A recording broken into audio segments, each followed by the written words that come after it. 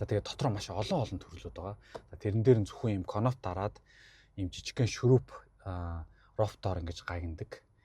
Нэг тийм мистүүч гэсэн байдаг. Эсвэл бүр ийм том төмөр бариад тэднүүсийг нийлүүлээд өшөө олон ийм том одоо машины их бие биш үү те? Их биеийн хэлбэрийг ерөөхдөө ингээд жижигээр нухсраад тэгж хийдэг тийм. За сайн уу манайхаа. Дараагийн бичлэгээрээ уулзч байгаадаа баяртай байна. За энэ удаагийн бичлэгээрээ би та хэдэд үйлдвэрийн ажиллахад ер нь надад ямархуу байсан. За тэгээ бодит нөхцөл байдал ерөөхдөө монгол хүмүүс тэнд ажиллахад ямар байдгөө ер нь хэр их хэмжээний цалин авдгөө гэх мэтлэнгээр нь одоо та хэдэд өөрийнхөө ер нь нэг туулсан за тэгээ бодит харсан мэдсэн зүйлээ та хэдэд хуваалцъя гэж бодлоо. За эхний ээлжинд ямар ч гэсэн би 2024 оны 2 сарын 18-нд ах их нартайгаа чект иржсэн. За тэгээ гэрээний мөнгө нь болохоор нэг хүний 1500 еврогоор ирж исэн. Нийтдээ 3000 евро гэсэн үг байхгүй. За тэгээд энэ зөвхөн гэрээний мөнгө гаргасан онгоцны тийз бол ороогүй гэсэн үг.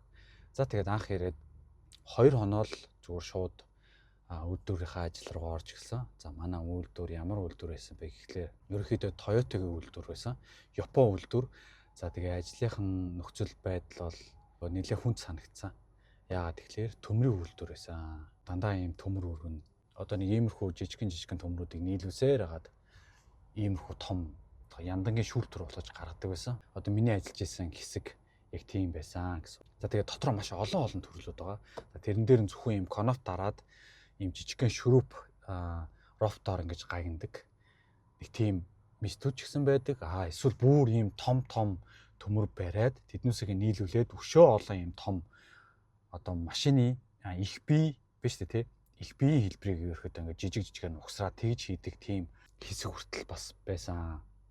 Тэгэхээр ингээд маш ингээд ийм олон хэсэг тэр үйлдвэр дотор байсан гэсэн үг. Би болохоор яндангийн хэсэг төр байсан. За тэр нь яг юу вэ гэхлээр одоо бид хэдийн сайн мэдэх пүүс яндан биш үү те?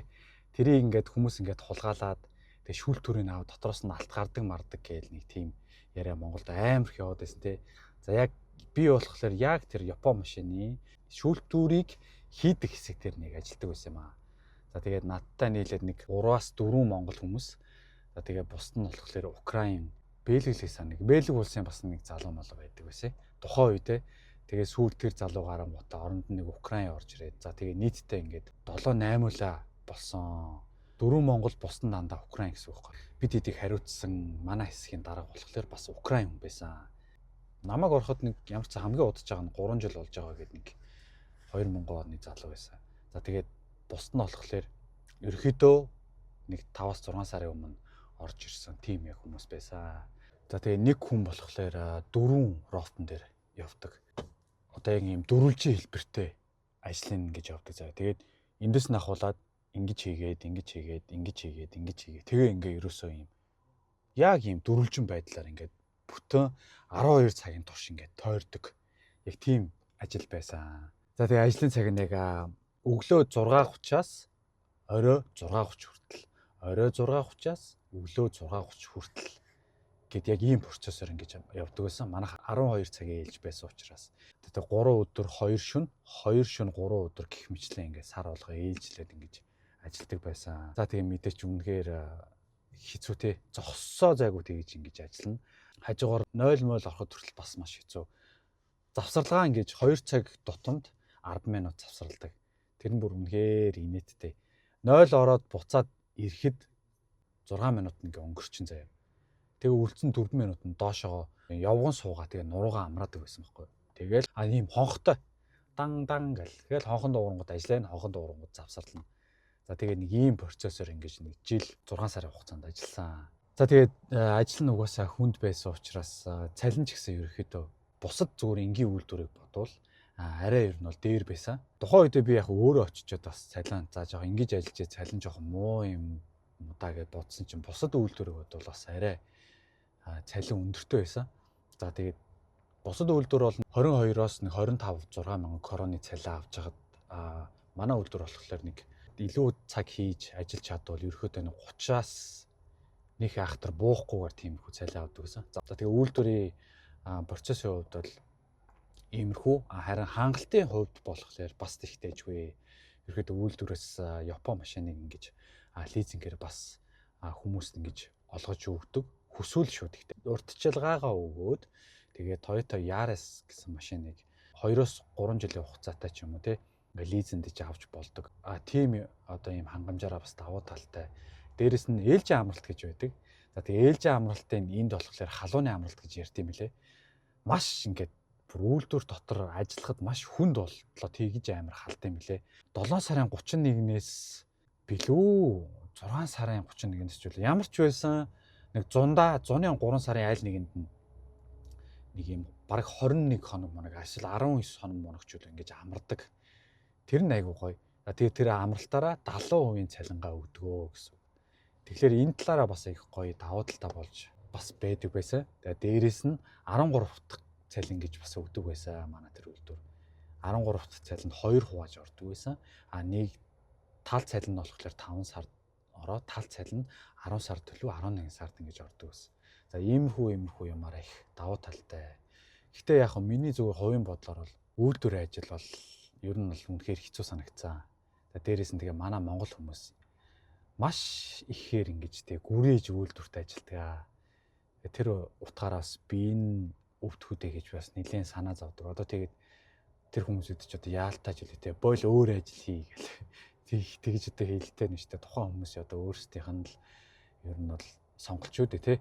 Тэгээ яг зөв би бол зөвлөл үйлдвэрт ер нь нэх амар тэгж олон жилээр бол ажиллаад дими юм шиг санагцсан.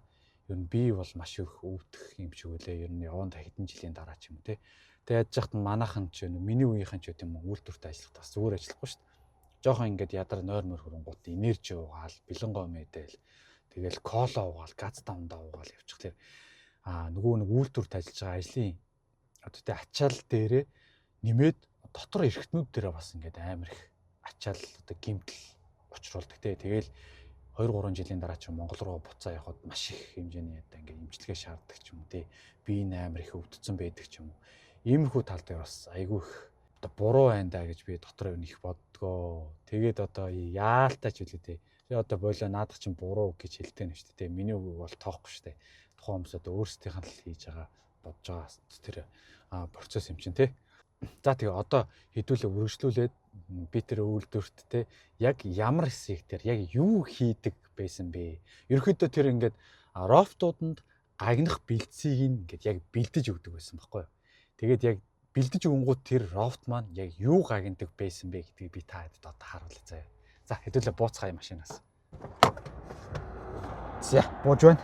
Опа. За сайхан. Атсан машинууд энд байна. Оо нэрээ би ч юу явж байгаа штэ. Словениад явж байгаа штэ манайхаа. Эдрийг маргаш буулгана. Сайхан амтд байгаа. За буцаад ярээр орцгоё. Зя. Энэ байна да манайхаа. Одоо ойртой лээ за. Энэ харагдж байгаа гагнасууд байгааз. Одоо яг энэ байна. Энэ байна.